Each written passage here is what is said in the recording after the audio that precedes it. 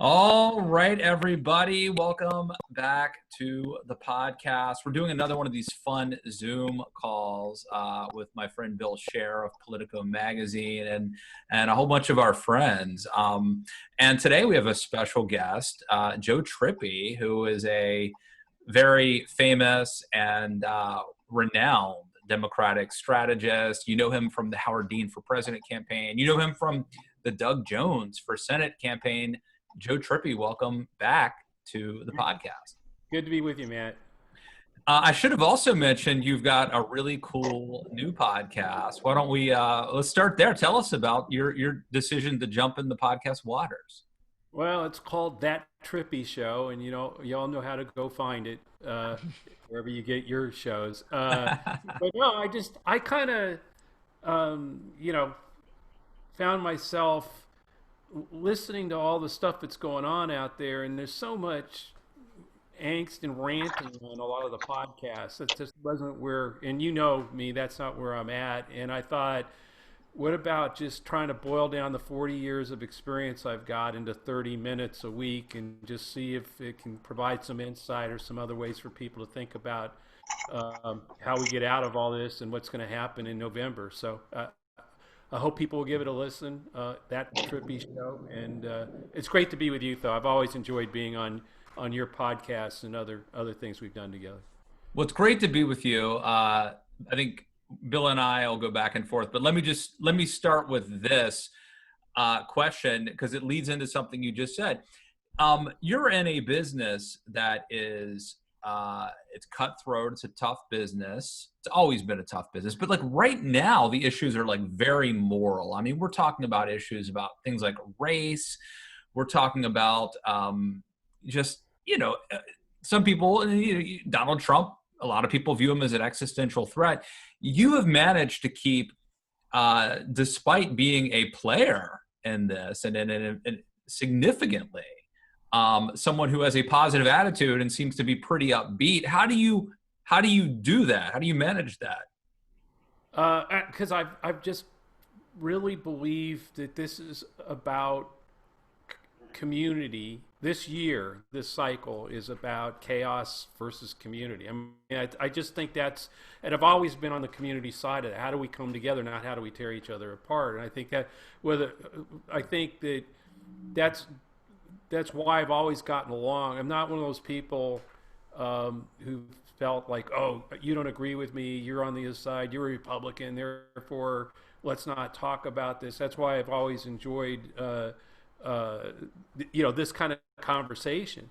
But I think we need more of it. And I also think, frankly, it's what the country wants right now. I don't think with COVID, with the crises we face, with the racial tension that's going on, I think people are starting to more and more people are starting to make the choice, and see that that's what the contrast really is: chaos versus community. And I think that's why I think it's why Trump's in so much trouble right now. Is that it's a lot of his support is starting to move. And recognize that it is chaos, and they don't want that. And Joe Biden to them may start. I think has been representing more of that community coming together side of things. So let me ask you, Joe. You've been involved in so many presidential campaigns. You've been what's that? Too many. You've been on campaigns that have been insurgent campaigns: Ted Kennedy versus Jimmy Carter in 1980, Jerry Brown versus Bill Clinton in 92, Howard Dean in 2004. But you've also been on the establishment side. You're with Mondale in 84, Hart and Gebhardt in 1988. How do you think Biden is handling the current ideological divide in the Democratic Party? And what do you think the VP decision is going to mean as far as his ability to maintain party unity going forward? I don't think the VP decision is going to impact his ability to unify the party. I think the party pretty much is unified around him. And again, look, I think that's got more to do with Trump than Biden. I think a lot of people in the party have learned from 2016. I know, frankly, every time you've had that kind of schism in the party, Kennedy, Carter, good example of it, ends up with Reagan.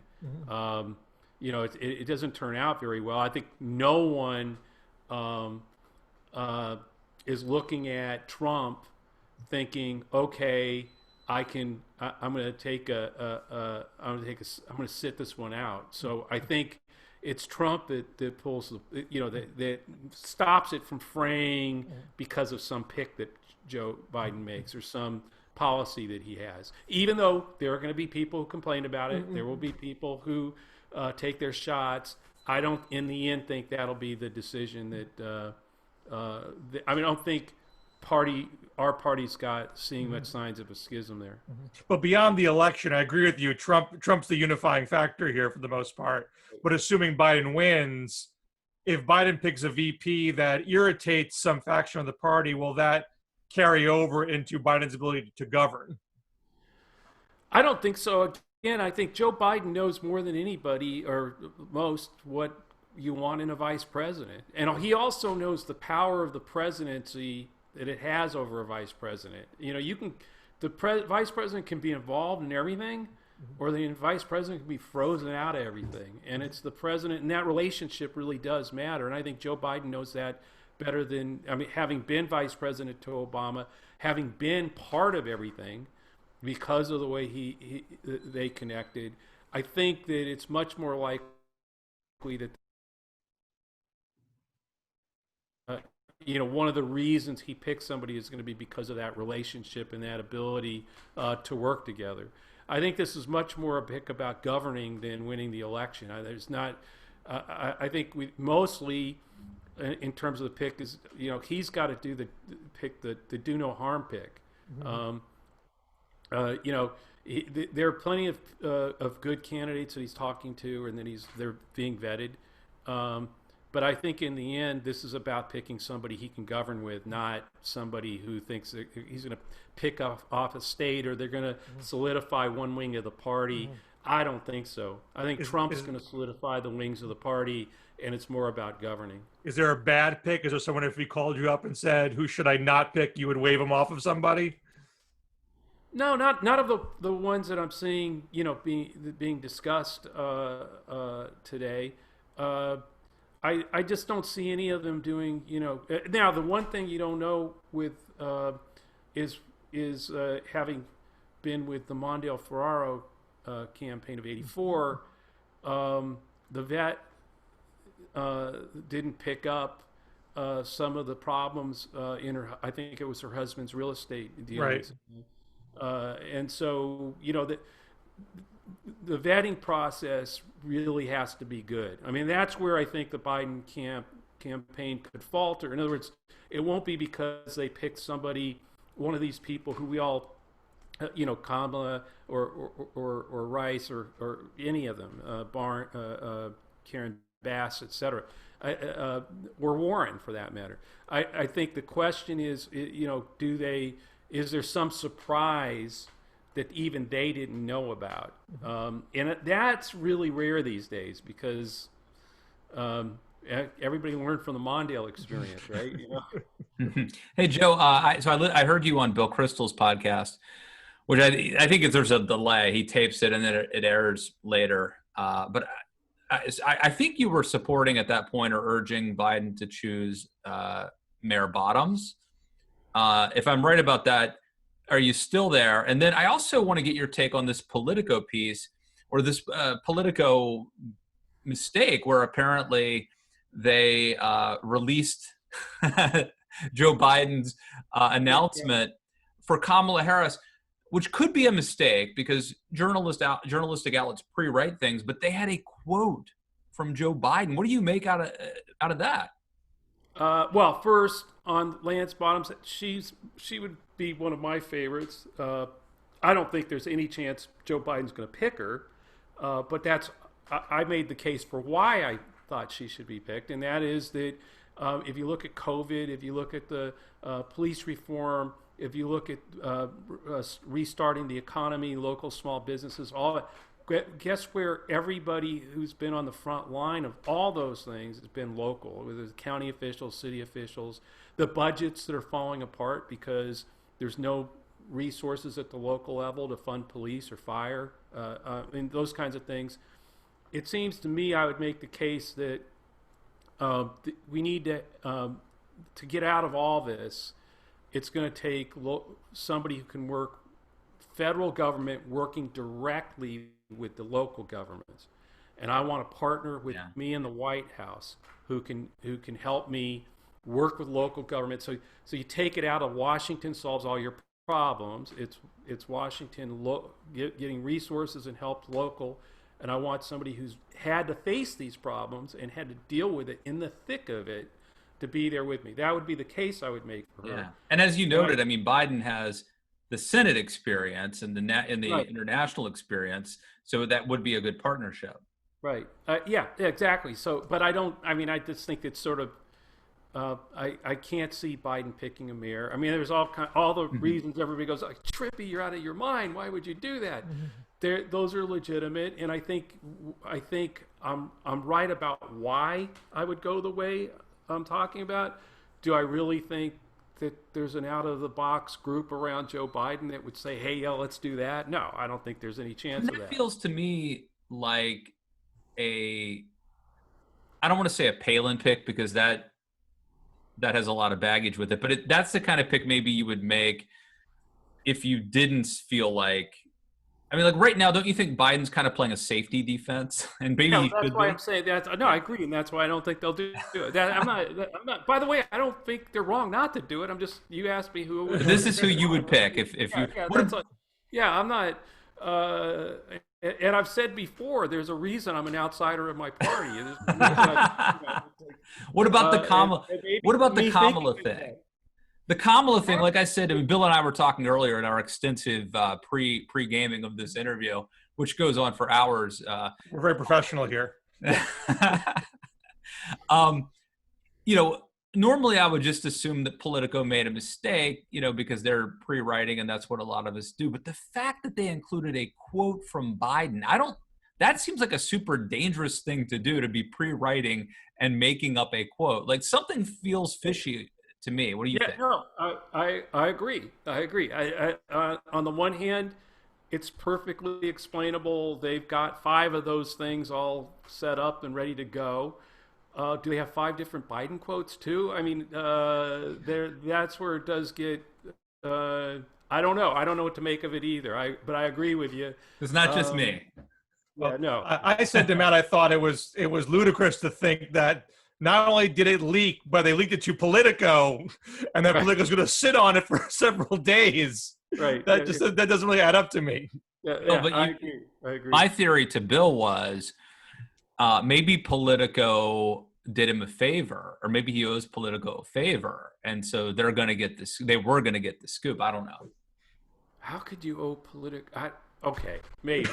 I'm a conspiracy theorist at this point. Yes, I definitely think there's some conspiracy. I just don't know what.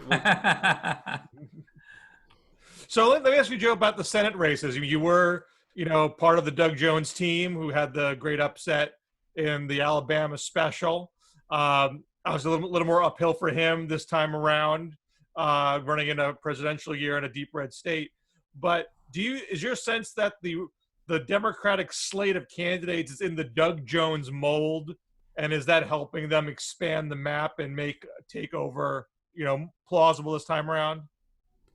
Look, I think there's a whole bunch of things that are going on that are different between 2017, when the Jones campaign happened and today. First of all, even in Alabama back then, Trump had a 68% favorable rating, and a lot of it was very favorable. I'm talking in Alabama. Today it's like 52. The environment we were running in 2007, this is where I think people are wrong about about Alabama in particular, but about the whole field. Trump's not the same guy, not the same aura that he had around him, even with his own, even in Republican strongholds. He's by far has a positive rating, net positive in Alabama. Not saying that, but it's like it's like 22 points lower than it was in 2017. There are a lot more of the suburban Republican women that we were able to get to vote, move to Doug Jones in 2017. There's even more of them that have moved away from Trump. Even more young Republicans, even more college educated, or what you might call business Republicans. So I think, one, when you look at that in Alabama, and then now take it to places like Colorado, that are much more purple, right? And I think that's really what's going on, is that he does not have the same. He's not driving these Senate races. To the extent he is, it's to the negative. He's pushing voters away from the Republican Party writ large, depending on who their nominee and who their incumbent is. But I think this is going to be. This looks to me like right now that we're 90-something days out. Things can change. But I'd be much more surprised if the Democrats don't take the Senate. For me, it's not something I have doubts about. I think that's going to happen. Barring things can change, big things can happen, but I just don't see it. Given the number of races that are in play, even places like Alaska, Georgia's clearly going to be, I think, contested election. Will win it, but there are places that you would not, that we knew were moving demographically and otherwise, but I think are getting there. Texas is another one. Not again saying that Biden wins it or that the Senate seat that Cornyn loses, but it could happen. It's that bad out there for Trump and the Republicans right now. How much is it? It seems like the field that there's no progressive populist Democratic Senate candidate. They're all pretty much in the moderate pragmatist mold. And if they take over the Senate with that kind of field, what is that? Will Democrats start to think that maybe this is the way to go in general, that Biden's not some sort of fluke primary winner? The uprisings are not where the center of the country is. It's in the Steve Bullocks and John Hickenloopers and Matt Kelly's and Teresa Greenfields and Barbara Boulier's, et cetera. Well, that fight happens every cycle in the party. It always has. Every cycle I've been in. I think where we've gotten to though is how do you actually sit down with people and get something done and actually, stop the stalemate? It turns out it may not be the Democrats sitting down with Republicans. It may be having a big enough tent of a Democratic Party that, yes, these senators come in, and now you can actually have a conversation. And how are we going to get something actually done about health care? And you're not sitting across the room from Mitch McConnell or Rand Paul or any of those. There's actually a reasonable person, has a different view, maybe more moderate or conservative than you, but is actually willing to have a conversation and you can deal with, and maybe we can find a way to get there.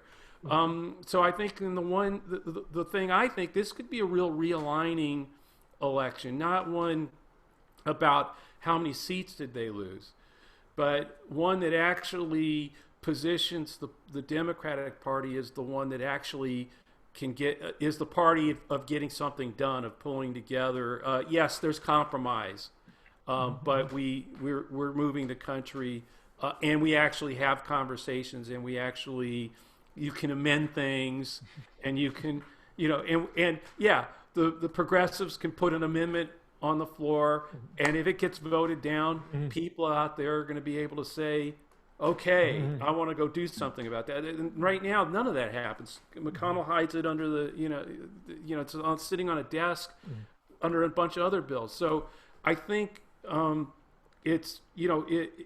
think this could be a very realigning and healthy thing for the party. And like we've had the party swings both ways. We've had the DLC and Bill Clinton come in, and we're going to be a pro-business party, and that works for a while. And then no, wait, what's happened? And then we, and I've been there with Howard Dean. And you could make the case maybe Howard would have done better against Bush in 2004, but.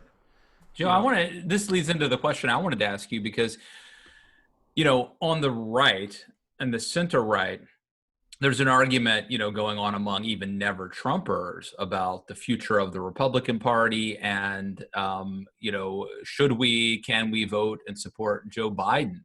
And some never Trumpers are, some of us aren't. But one of the concerns I have is things like the cancel culture, the rioting, the statues being torn down, woke Twitter, the squad. I mean, if you believe that politics is downstream from culture, it seems like the energy is on the left, and the media and the woke Twitter, as I mentioned. My concern is that Joe Biden, just like he had to flip-flop on the Hyde Amendment, well, actually he used to be pro-life, then he became pro-choice, now he's in favor of federal funding of abortion, that Biden could be pushed to the left by this culture. Is that something that I mean, am I being paranoid here, or is that something to be concerned about? I think you're being paranoid. Talk me down. No. I mean, I think to some extent that's what Trump will try to make people worry about and have angst about. I just think in the end, that's not the picture people have in their heads about Joe Biden. It seems Joe Biden is somehow going to become. I agree. No, I agree that it will not. I agree that it will not work electorally. My question is, will it actually happen? No, I don't think so. First of all, look, I really think that the next presidency is going to have so much trouble just fixing what this guy broke. I mean, assuming that Biden wins and it can be, otherwise we got 4 more years of the chaos and not the community thing. I think that the hole that we have to dig out of, I mean, just to get past the virus, let alone, and to get the economy, whole, and get people who are going to be. I worry about where they're going to be economically. I'm not talking. This isn't about what we're going to make the V happen. I'm talking about just the real nitty gritty of people who don't have money for food. How are you gonna get out of that? And I don't think that's going to be an ideological thing. In other words, I think it's going to be. That's why I keep going to Biden needing to pick somebody who can help him govern. It's also why I go to Mayor Bottoms being. I mean, if you start looking at the seriousness of what we have to get out of, I think those worries in normal times, I might agree with you, Matt, but I don't think. I just don't think that's where he's going to be. I think this is going to be all hands on deck, and how do we get out of this? And the one thing I think that he does have the ability to do is he can pick up the phone and call the Merkels of the world, and that he has those relationships.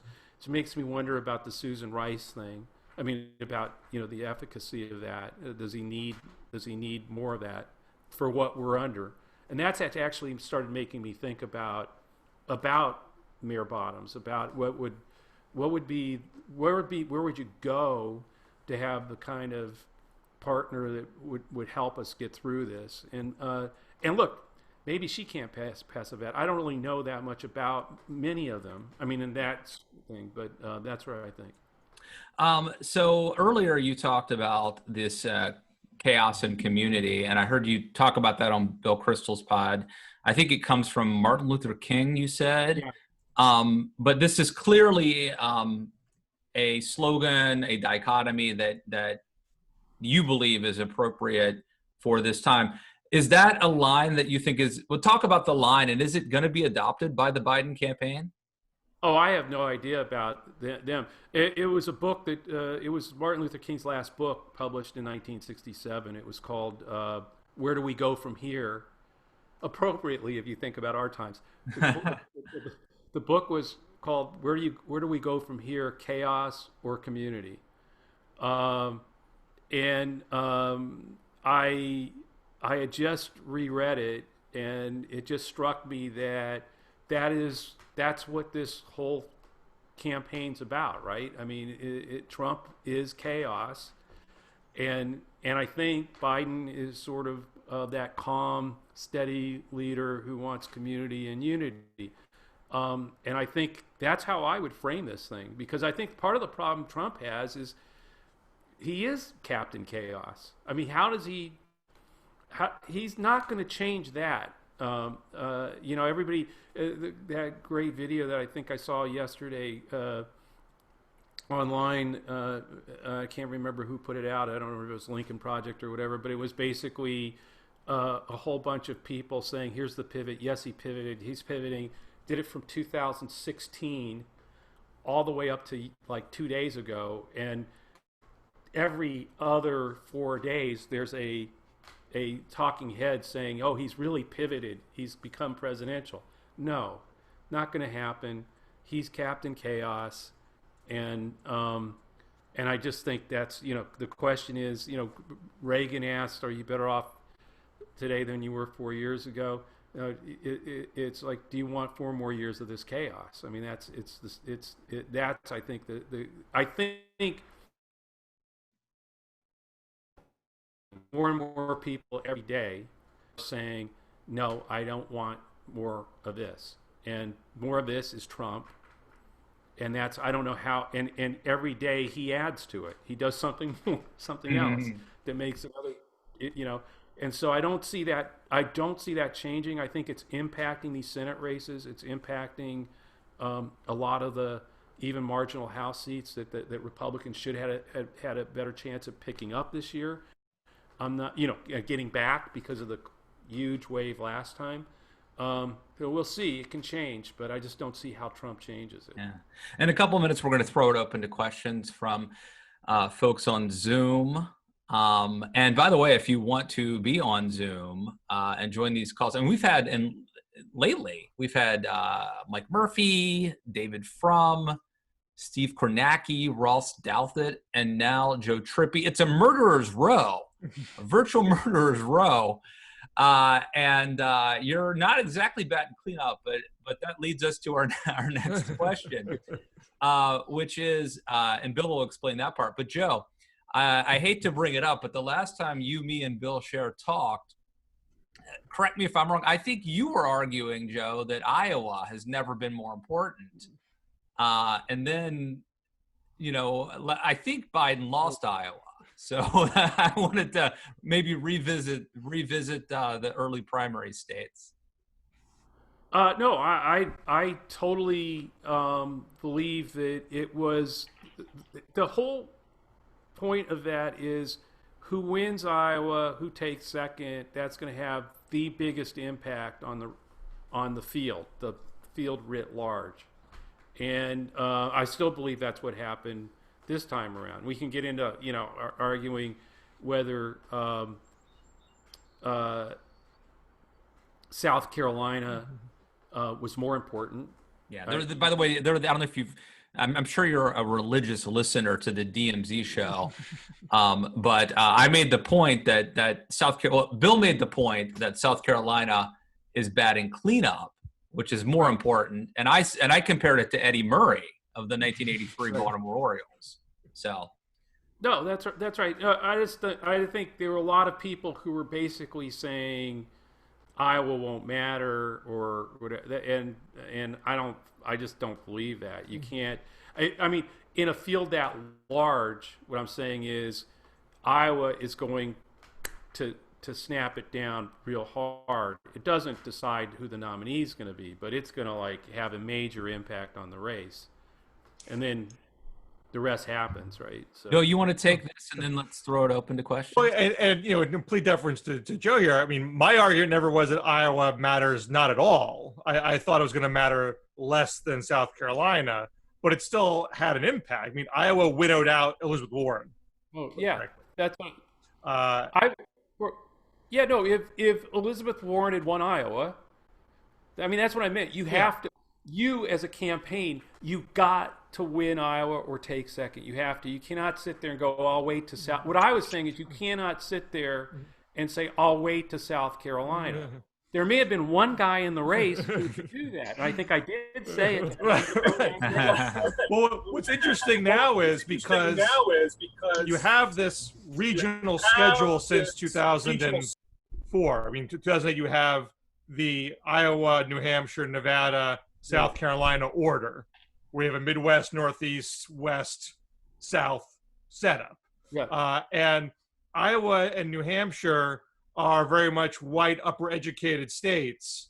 And we've learned that Nevada and South Carolina don't just salute to whatever Iowa and New Hampshire do. And most of the time, you got to at least get a bronze in Iowa to be taken seriously. But Biden being a former VP, Biden having a relationship with the Black community, he's the one guy who could survive, a fifth place finish and still manage to soldier on.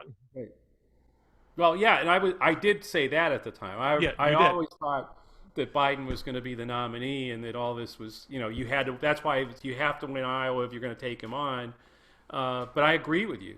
They don't. The question is, was it because Biden's unique, being the VP, which I always thought people had underestimated, having done work for Vice President Mondale and seeing firsthand how powerful it is to have been the former vice president. And by the way, in '84, that was in terms of getting the nomination, in '84, that was to a very unpopular former president, Carter, in '84. We're talking about, and I saw the power he had as the former vice president running for the nomination. It's what saved him. In 2020, when you've got the vice president of a popular Barack Obama within the Democratic Party, I think, is that why it was different this time in terms of their impact, not paying attention to Iowa, New Hampshire, and beyond, or are we? And then who knows whether those states will be even in the same position in 2020. What's I want to ask you, because I know we're starting to hear talk about revamping the system going forward. My argument to Matt was, you don't need to kick Iowa to the curb just because the caucus was messed up. South Carolina has its influence in the cleanup spot. It doesn't need to be promoted to first. It's fantastic fourth. But do you have an opinion about what happened this time around, and what that should the party rethink how this is all structured and what the order is, and caucus versus primary and all that kind of stuff? Well, I mean, the first thing I'd say is everybody talks about how Iowa isn't representative. It doesn't have, it's not diverse, et cetera. And, Barack Obama beat Hillary Clinton and John Edwards in Iowa without any of that diversity or anything. And so the one thing that I know, having done this for 40 years and all those presidential campaigns that we don't want to talk about, that were way too many, or at least I don't want to talk about it, is that Iowa is the one way I know where a Pete Buttigieg could emerge and win that state. I mean, where somebody with no money, a Howard Dean, we didn't win it, but where you can start with no money, it's small enough, and it's organizationally doable because of the caucuses for somebody like Jimmy Carter, frankly, who just got in a station wagon and drove around Iowa, can win it. I don't know where you could move first and not make it a $20 million ticket to get in. In other words, you can't say, okay, let's start with Michigan. Let's start with Florida. Are you kidding me? I mean, let's start with some representative place. I mean, you could go to South Dakota.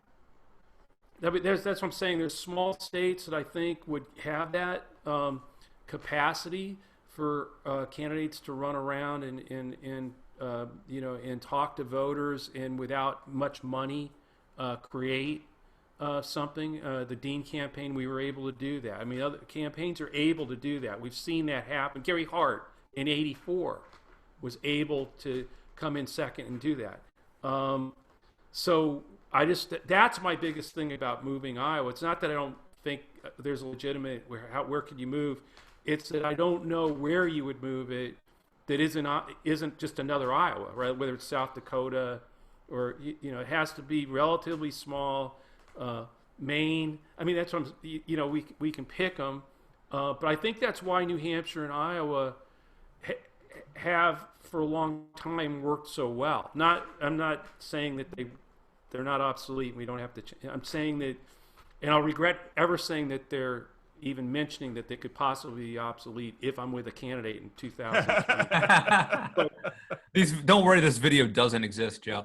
Yeah. But my point is that's the thing is because New Hampshire's 2 CDs, Iowa's small, and a bunch of candidates a bunch of them crazy and thinking, yeah, I could be president, can go to those 2 places and try to make their case and maybe catch fire. And then, yeah, South Carolina and some other places may hand them their head and say, what were you thinking?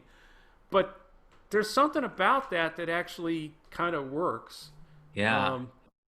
Depending on. All right, we've got 4 questions in the queue for Joe Trippi. Let me say, by the way you can join these Zoom calls is give us money. Support the podcast. You can support my Patreon or Bill's Patreon, and you get invited. Joe, do you have a Patreon to support your podcast yet? No, I don't. You got to have a Patreon, Joe.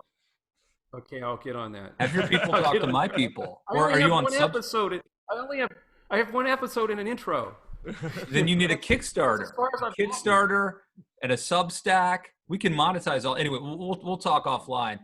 I think that Rob Nappel had a question, and I'll let you ask it, Rob, if you're there.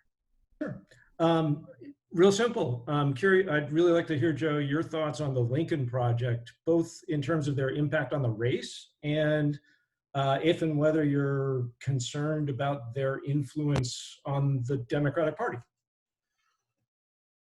Well, one, I think they are having impact. One, I think they understand how to reach voters that might move away from Trump better than Democrats do, Democratic consultants do. They understand the electorate, that part of the electorate better. And I think what's sort of interesting is to see a lot of their tactics are kind of reminiscent of the way Trump goes at people, right? I mean, it's about making the other, the Senator so-and-so so weak. It's like it's all weak and strength, right? And so I think they're right. I think there are a lot of Republican voters who respond to that strength and abhor weakness, and they are onto that. They know how to they know how to do that. So I mean, I think one, they're having an impact. Certainly, they're having an impact on an audience of 1, if not a whole lot more. The influence on the Democratic Party, I'm not so worried about. I think, my view is politics. The other thing I've learned over the 40 years, politics is addition, not subtraction. If they can add some more votes our way, or even people who start to listen to Democrats or pay attention or vote for Biden, great. I'm all for it. I see Chris Jones in the chat has a tantalizing question that he teased, so I'm very curious to see what he's going to say. Chris, are you there? Yeah, I'm here. I'm from Iowa, and during 2004 campaign, I was in college, and at the time, I was the statewide co-chair for the College Republicans here in Iowa, and we had a lot of fun going to Howard Dean events, causing problems. I see Dean people. Was that you? No, but we had like people dressed, like Howard Dean made a comment about NASCAR one time, and we sent some people with mullet wigs and NASCAR shirts on, Yeah. But one particular incident, this is something of a confession. We had the weekend before the Iowa caucus, we had a college Republican convention, a training convention for people around the Midwest with about 150 to 200 people there. And during the morning of the conference, we found out that the Dean campaign was going to have a Joan Jett concert and Janine Garofalo speech in the room underneath us later that afternoon. And we crashed that event. It was a really stupid thing to do. It was a big lesson for me for the importance of civil politics. We just kind of ran into the room, and one guy jumped on stage and grabbed the mic and started yelling, "You're all a bunch of communists." It ended when Joan Jett very graciously started singing the national anthem. And fortunately, nobody got hurt. And I've always felt really bad about that. I was in college and stupid, and I've always wanted to confess to somebody in the Dean campaign. It was really a dumb thing to But do. you got to hear Joan Jett play the national anthem. It's worth it. Yeah, that's true. It was, that was like 16 years ago. I know. I've had this guilt for the last 16 years. So let it go, Chris. Let the guilt go. Let the guilt Thank go. you. Well, Matt Drudge posted, there were 15 TV cameras, and Matt Drudge ended up posting a link, and it went viral back then. It's a good thing there was no social media. But my question is about the Dean campaign. Do you think it would have been a little bit different if we had the social media infrastructure that we have today? And what do you think? It was such a groundbreaking campaign in terms of fundraising and bringing a lot of new energy into your campaign. Do you think that maybe having more social media back then maybe would have changed the outcome, because you could provide a little more training to people going into caucus? I actually went to the caucus as a Howard Dean supporter in 2004. So spent some time trying to convince Dennis Kucinich fans to come over. But I guess my question would be, do you think it would have been different? And then is there anything else that you maybe would have done differently with that campaign here in Iowa? Well, I mean, there's two things. First of all, of course, things would have been different. I mean, everything from the iPhone didn't get launched until 2007, right? I mean, YouTube. YouTube didn't exist. So that's right. YouTube didn't exist. Twitter didn't exist. Facebook was on 2 college campuses in 2003, 2004. We were creating all this stuff. We had broadband was not a big deal. You couldn't get, most people couldn't, stare at an hourglass spinning on their laptop if they tried to watch video back then. So, I mean, like the Will I Am video for Obama, it wouldn't have existed in 2003. Couldn't happen. And we certainly had, as Joan Jett, as Chris said, we had lots of those kinds of people that were with us and that would have been out there on social media. The money we would have raised, the ability to organize, to train online, those kinds of things. And frankly, that's where I think, look, 4 years later, Obama had learned a lot of the mistakes we made. They were able to learn from and do better. 2, they had much more powerful tools. And 3, Obama was a historic candidate. So with tremendous skills. I mean, there's only a couple of those that come along, whether you like Bill Clinton or not. His ability to communicate, is beyond your usual presidential candidate. Obama was one of those. Reagan was one of those. I mean, they happen in both parties. But so you have a candidate who can do that. You've got a team that went to school. I mean, you know, Axelrod and I taught. I guess, lectured in his class then at Northwestern, and my book, "The Revolution Will Not Be Televised," was required reading in his class. I mean, so he was somebody who got what we did in 2004 and actually started recruiting a lot of people off the Dean campaign, and they had better tools, and they took it to the next level. Now, whether our campaign and Dean could have give us the same tools now, give us, you know, fast forward us 4 years, I just, you know, that's a totally different thing, because there's, you know, we're running against Hillary Clinton then, not Kerry and Edwards and Gephardt. I mean, everything changes. So, but yeah, I mean, in terms of what I would have done differently in 2004, my gut instinct from day one was not to run another presidential campaign. Don't do it. I kept saying, don't do it. And I said, yes. And I got to be honest with you, you know, I think the thing I would have changed is it would have been really better just to watch this all from the sideline. I think Todd has a question. Nice hat, Todd. I like the look. Thanks. I do have a question. Trump today, I think, tweeted something about protecting the suburban lifestyle dream, which really seemed like a defense of like redlining and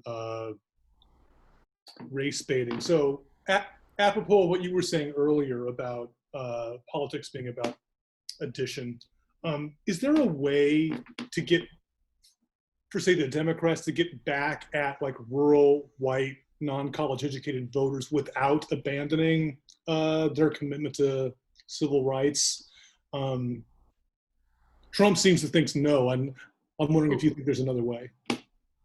Well, I think Trump's wrong. That's what I think. That's what this whole thing has become about, right? There are people in rural America who were appalled by what happened with George Floyd.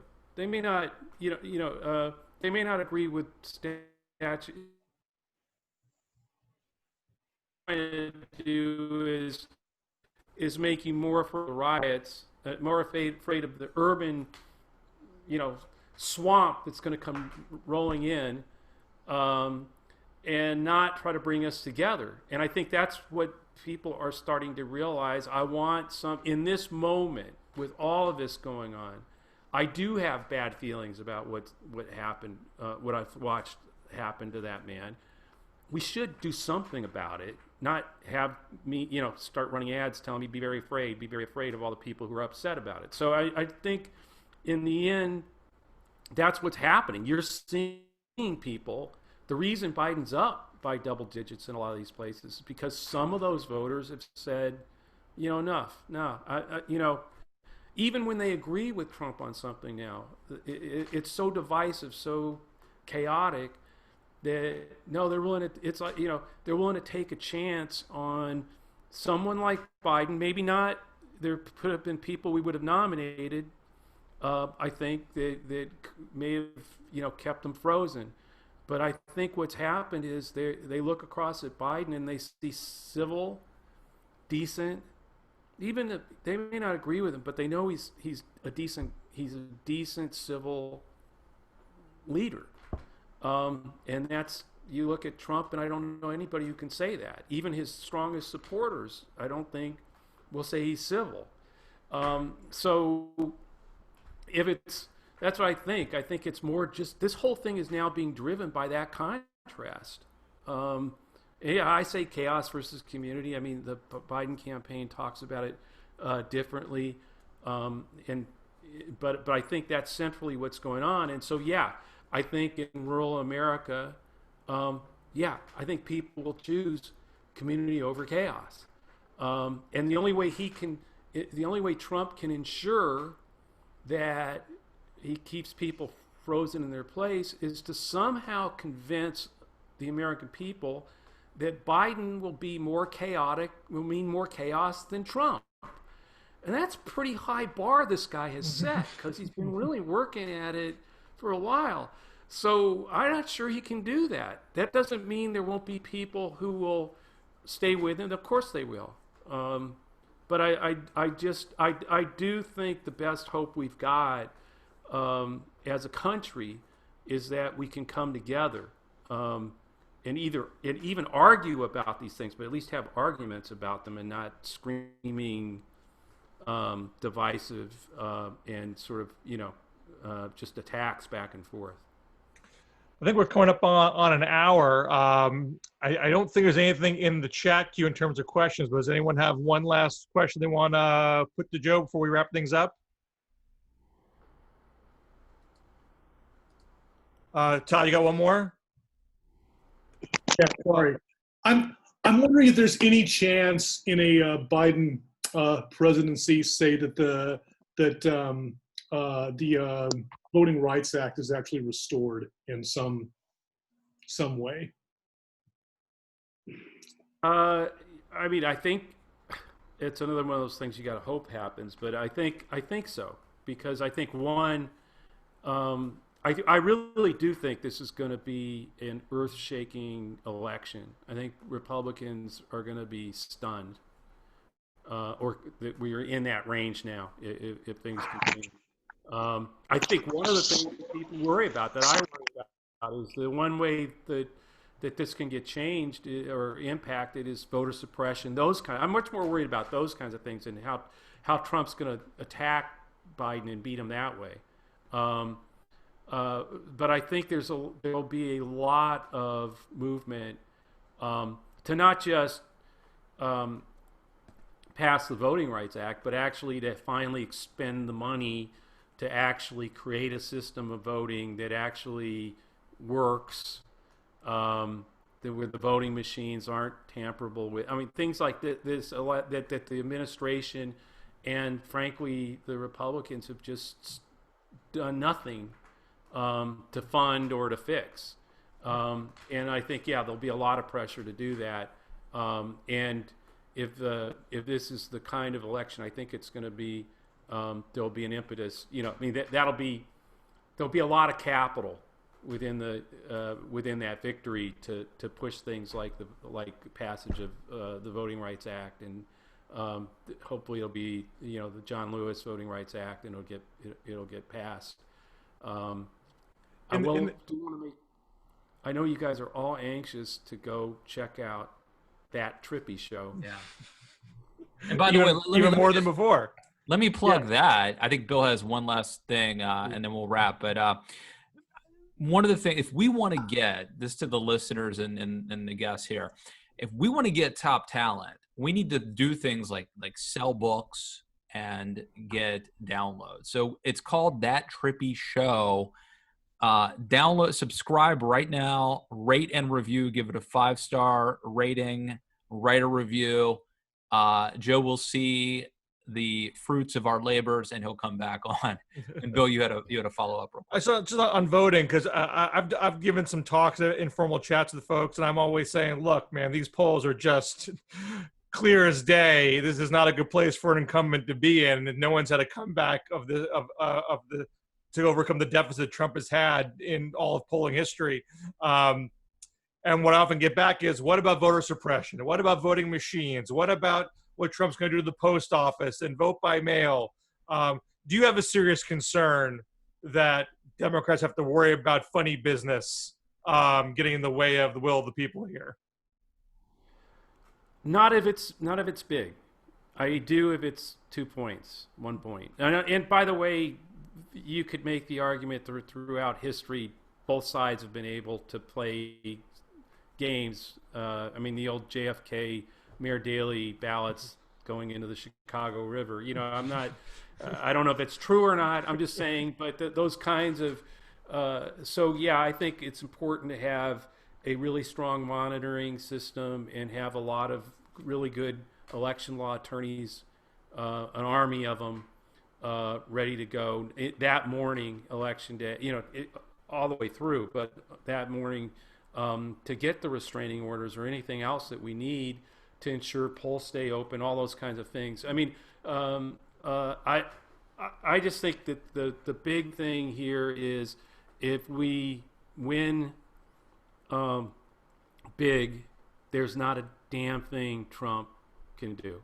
Vote suppress away, do whatever, it's not going to work. If it's Look at Michigan, Wisconsin, Pennsylvania. You can't, if last time, if it's that kind of close, you can figure out a way to not count 11,000 votes. I'm just, I'm just saying, and I'm not saying that's what happened in 2016 at all. I'm just saying that I'm worried about close, and there may be some states that are really going to matter, and I would make sure we had the legal apparatus, the organizational apparatus, and the monitoring. I mean, I'm talking about from a Democratic side. If I'm Joe Biden, you want to make sure that that's all in place. All right. Great stuff, as always. Thank you, everyone, for being here. Thank you, Bill Scher. Thank you for those who support this work on Patreon. Go to iTunes, Stitcher, Google Play, wherever you get podcasts. Subscribe to That Trippi Show. Please rate and review it. You can also follow him on Twitter at Joe Trippi. Joe Trippi, thanks for coming back on the podcast. Hey, thanks, guys. Thanks for having me. It was fun. All right. See you guys. Thank you. See you. Bye-bye.